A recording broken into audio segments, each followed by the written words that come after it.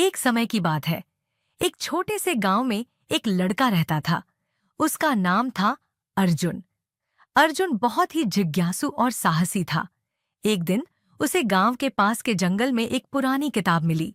किताब बहुत ही रहस्यमयी थी। अर्जुन ने उसे खोला और पढ़ना शुरू किया। किताब में लिखा था कि जंगल के बीचों बीच एक जादुई झील है। उस झील में एक सुनहरी मछली रहती है। जो भी उस मछली को पकड़ लेगा उसकी 3 इच्छाएं पूरी होंगी। अर्जुन ने सोचा, क्यों ना मैं इस मछली को पकड़ने की कोशिश करूं। अगले दिन वह अपने दोस्त राधा के साथ जंगल की ओर चल पड़ा। जंगल बहुत ही घना और डरावना था, लेकिन अर्जुन और राधा ने हिम्मत नहीं हारी। चलते चलते वे झील के पास पहुंच गए। झील बहुत ही सुंदर और शांत थी। अर्जुन ने झील में जाल डाला। थोड़ी देर बाद उसे जाल में कुछ भारी महसूस हुआ। उसने जाल खींचा और देखा कि उसमें वही सुनहरी मछली थी। मछली ने कहा, मुझे छोड़ दो, मैं तुम्हारी 3 इच्छाएं पूरी कर दूंगी।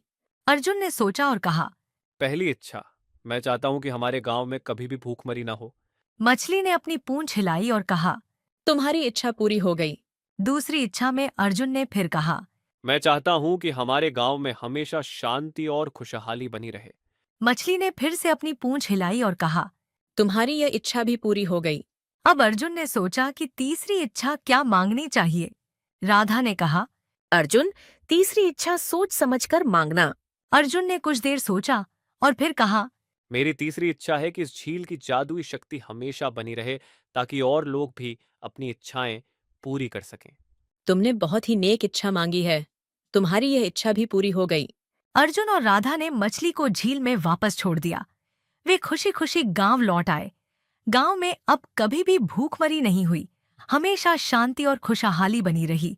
और सबसे बड़ी बात, झील की जादुई शक्ति हमेशा बनी रही। अर्जुन और राधा ने अपनी बुद्धिमानी और नेक दिल से गांव को एक नई दिशा दी। इस कहानी से हमें यह सीखने को मिलता है कि हमें अपनी इच्छाओं को सोच समझ कर मांगना चाहिए और हमेशा दूसरों की भलाई के बारे में भी सोचना चाहिए। आपको यह कहानी कैसी लगी?